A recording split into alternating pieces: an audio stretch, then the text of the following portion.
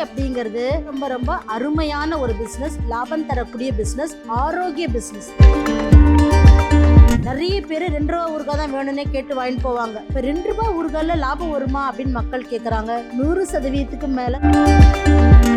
இந்த உடல் அப்படிங்கிற தங்கத்தை, செல்வத்தை பாதுகாத்துக்கணும்னா தரமான மாங்காய் ஊறுகாயை சாப்பிடணுமே தவிர வினிகர் போட்ட மாங்காய் ஊறுகாயை சாப்பிடக்கூடாதுன்னு அர்த்தம்.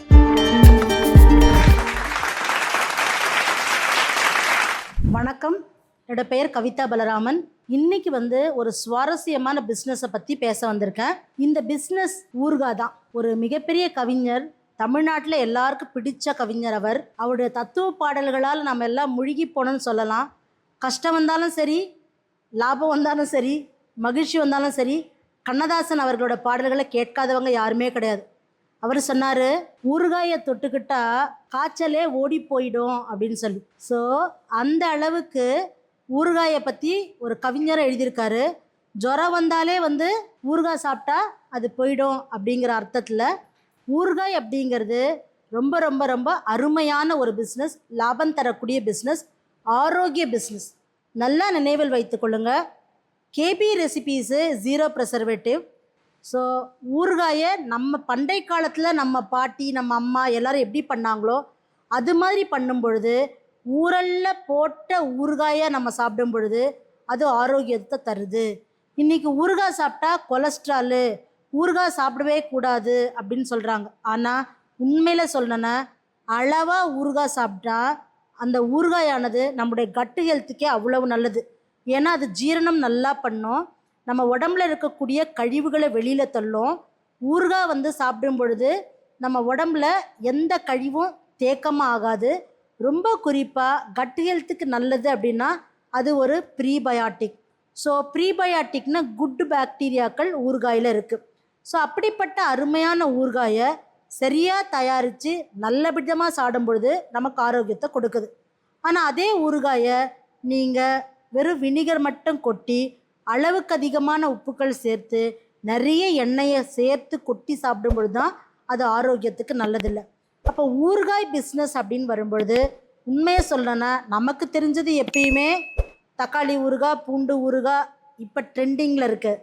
ஆனால் நம்ம பாட்டிக்கு தெரிஞ்ச ஊறுகாய் அப்படின்னு பார்த்தீங்கன்னா எலுமிச்சை ஊறுகாய், நார்த்தங்காய் ஊறுகாய், மாங்காய் ஊறுகாய், மிளகாய் ஊறுகாய். சரிங்களா? எவ்வளோ கிளியராக சொல்லிட்டேன். நமக்கு தெரிஞ்சதுன்னா அது தக்காளி ஊறுகாயும் பூண்டு ஊறுகாயும். ஆனால் நமக்கு முன்னாடி இருக்கவங்களுக்கு தெரிஞ்சதுன்னா அவங்க இந்த ஊறுகாயே போடலை. அவங்க நார்த்தங்காய் ஊறுகாய், மாங்காய் ஊறுகாய், எலுமிச்சை ஊறுகாய் தான் போட்டாங்க. இந்த 3 ஊறுகாயை எடுத்து நம்ம அலசி பார்க்கலாம். சரிங்களா? காலையில் தூங்கி எழுந்துக்கிறாங்க. தூங்கி எழுந்தவுடனே ஒரு தலை வலிக்குது அப்படின்னு சொல்கிறாங்க. அப்படின்னா அந்த வீட்டில் ஒரு பாட்டி இருந்தால் அந்த பாட்டி என்ன பண்ணுவாங்கன்னா பேசக்கூட மாட்டாங்க.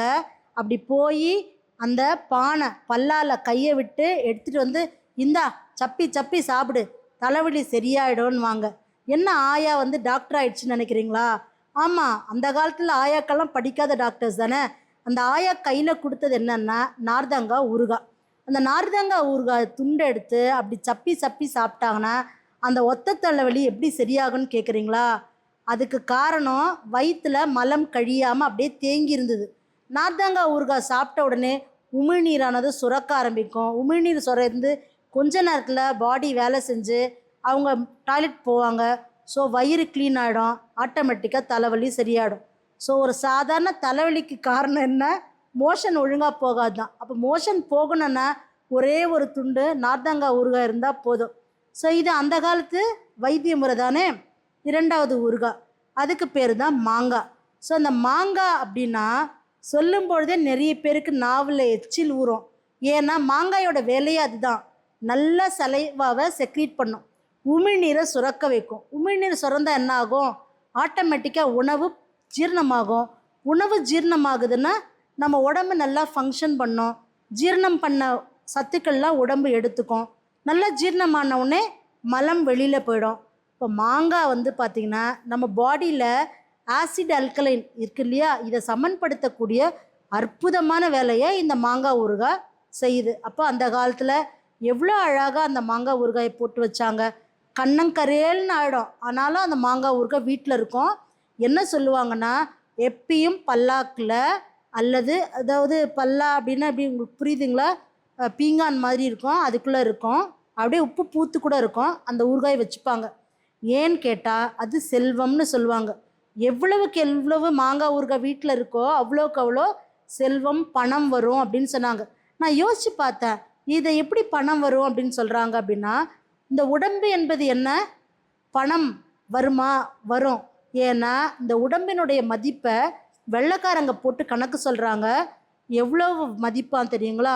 450 கோடி ரூபாய் மதிப்புள்ளதான் இந்த உடம்பு. அப்போது தங்கத்தை விட விலை அதிகமானது இல்லையா? அப்போது தங்கம், செல்வம் இது எல்லாம் நிறைந்திருக்கக்கூடியது அந்த வீட்டில் வச்சுருக்கக்கூடிய மாங்காய் ஊறுகாய். அப்போது அந்த வீட்டில் வச்சுருக்கக்கூடிய மாங்காய் ஊறுகாய் செல்வம்னா அதை சாப்பிடக்கூடியவர்களும் செல்வம்னு அர்த்தம். இந்த உடல் அப்படிங்கிற தங்கத்தை, செல்வத்தை பாதுகாத்துக்கணுன்னா தரமான மாங்காய் ஊறுகாயை சாப்பிடணுமே தவிர வினிகர் போட்ட மாங்காய் ஊறுகாயை சாப்பிடக்கூடாதுன்னு அர்த்தம். 3வது ஊறுகாய் எலுமிச்சம்பக்கம் போகலாம். எலுமிச்சங்காய் அப்படின்னா நம்ம ஊரில் பாருங்களேன் எவ்வளோ இருக்குது. கிச்சிலிக்காய் இருக்குது, கடோரங்காய் இருக்குது, எலுமிச்சங்காய் இருக்குது. எலுமிச்சையிலே பார்த்திங்கன்னா குட்டி குட்டியாக இருக்கும், அது ஸ்வீட் லைமு. பெரிய எலுமிச்சை இருக்குது, இப்படி பப்ளி மாஸ் இருக்குது. இவ்வளோ வகைகளில் நம்ம ஊறுகாய் போட்டுக்கிறோம். இப்போ என்ன சொல்ல வரோம், எல்லா சீசன்லேயும் நம்மளால் சிட்ரிக் ஆசிடு, வைட்டமின் சி நம்ம உடம்புல எடுத்துக்க முடியுமோ எடுத்துக்க முடியாதோ, ஆனால் ஊறுகான்னு ஒன்று இருந்ததுன்னா நம்ம உடம்புக்கு தேவையான வைட்டமின் சியை எடுத்துக்க முடியும். அப்படித்தான் ஊறுகாய்கள் நம்ம வீட்டில் பாடம் பண்ணி வச்சுருந்தாங்க. ஸோ ஹெல்த் கான்ஷியஸ் நாம் பேசுகிறோம் இன்றைக்கி.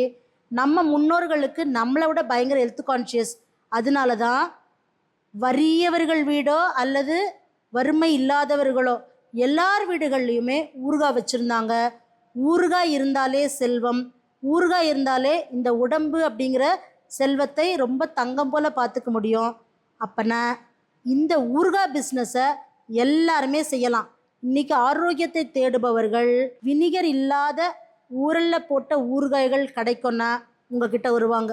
ஸோ இது ஃபுல்லாக ஆரோக்கியம் பற்றியே பேசிட்டோமே, இதில் எப்படி பிஸ்னஸ் ஆங்கிளில் பேசலான்னு கேட்டிங்கன்னா, 50 கிராம் 100 கிராம் தான் ஊறுகாய் பிஸ்னஸ் பண்ணால் தான் ஜெயிப்போம்லாம் இல்லை.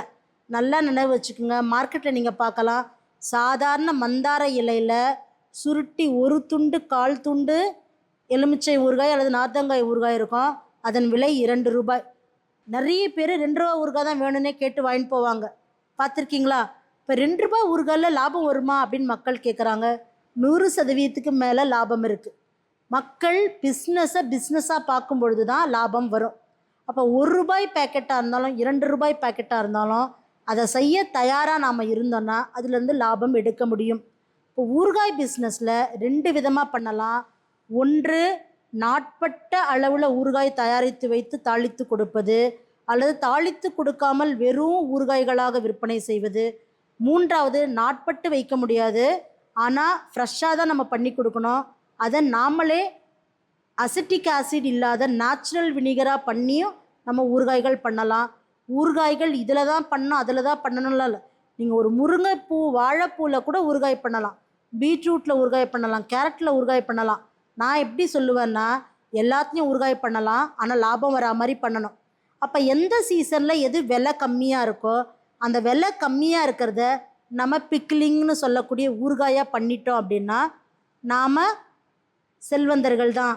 ஸோ ஊறுகாய் பிஸ்னஸ் ரொம்ப ரொம்ப லாபம் தரக்கூடிய பிஸ்னஸ். இதுக்கான இன்வெஸ்ட்மெண்ட்டுமே ரொம்ப குறைவு தான். வெறும் 500 ரூபாய் 1000 ரூபாயிலே ஊறுகாய் பிஸ்னஸ் பண்ணலாம்.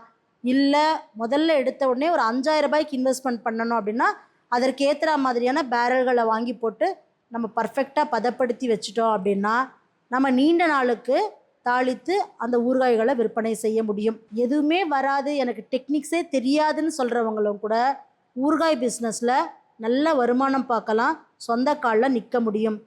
ஸோ உங்களுக்கு இந்த பிஸ்னஸ் ரொம்ப பிடிச்சிருக்கோன்னு நம்புகிறேன். மறக்காமல் உங்களுடைய கருத்துக்களை எழுதுங்க. கமெண்ட் பாக்ஸில் ஊறுகாய் அப்படின்னு போடுங்க. உங்களுக்கு எந்த ஊறுகாய் பிடிக்கும் அப்படின்னு மறக்காமல் எழுதுங்க. பார்ப்போம் எத்தனை பேருக்கு ஊறுகாய் பிடிக்கும் அப்படின்னு சொல்லிட்டு. நன்றிகள்.